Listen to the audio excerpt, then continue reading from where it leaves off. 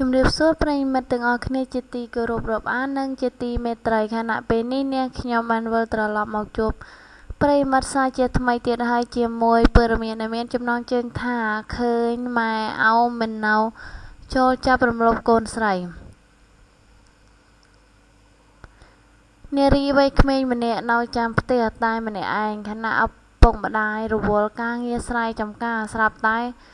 ត្រូវប្រុសព្រានល្មមកម្មម្នាក់បានធ្វើសកម្មភាពចាប់រំលោភរហូតដល់បានសម្រេច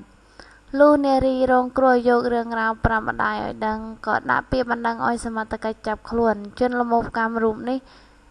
នាំយកមកចាត់ការតាមច្បាប់គណៈនៃករណីប្រុសព្រានរំលោភកម្មកូនរំលោភកូនស្រីគេនេះបានកើតឡើងកាលពីថ្ងៃទី11ខែកក្កដាឆ្នាំ2018នៅចំណុចផ្ទះរបស់នារីរងគ្រោះស្ថិតក្នុងភូមិចាឃុំវាងស្រុកសំរោងលុះរឿងរ៉ាវបែកធ្លាយក៏ត្រូវសមត្ថកិច្ចចុះឃាត់ខ្លួនជនសង្ស័យបានកាលពីវេលាម៉ោង7ថ្ងៃទី13ខែកក្កដាឆ្នាំ2018ជនសង្ស័យល្មមកម្ម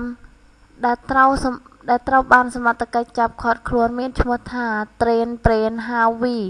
អាយុ33ឆ្នាំមានមុខរបរកសិករមានលំនៅក្នុងភូមិឃុំកើតខាងលើចំណែកនារីរងគ្រោះមានអាយុ17ឆ្នាំមានលំនៅក្នុងភូមិឃុំជាមួយគ្នាតាមសម្ដីក្មេងនារីរងគ្រោះបានរៀបរាប់ថាជនសង្ស័យមានផ្ទះនៅជិតគ្នានឹងផ្ទះរបស់គេនាងហើយជនសង្ស័យបានចាប់រំលោភសេពសថេវៈនៅលើផ្ទះពេលក្នុងផ្ទះមានសភាពស្ងាត់គ្មានមនុស្សចាស់នៅព្រោះឪពុកម្ដាយនាងរវល់ចេញទៅធ្វើការងារស្រែចម្ការបាត់ក្រោយពីធ្វើសកម្មភាពបានសម្រេចហើយជនសង្ស័យបានគំរាមសម្លាប់នាងចោលប្រសិនបើនាងហ៊ាននិយាយរឿងនេះប្រាប់ឪពុកម្ដាយយ៉ាងណាក្ដីក្រោយពីឪពុកម្ដាយត្រឡប់មកវិញនាងក៏ទំនេររឿងប្រាប់ឪពុកគ្មានសល់នឹងត្រូវឪពុកម្ដាយនាងនាំទៅដាក់ពាក្យបណ្ដឹងឲ្យសមត្ថកិច្ចចុះឃាត់ខ្លួនជនសង្ស័យនាំយកមកចាត់ការតាមច្បាប់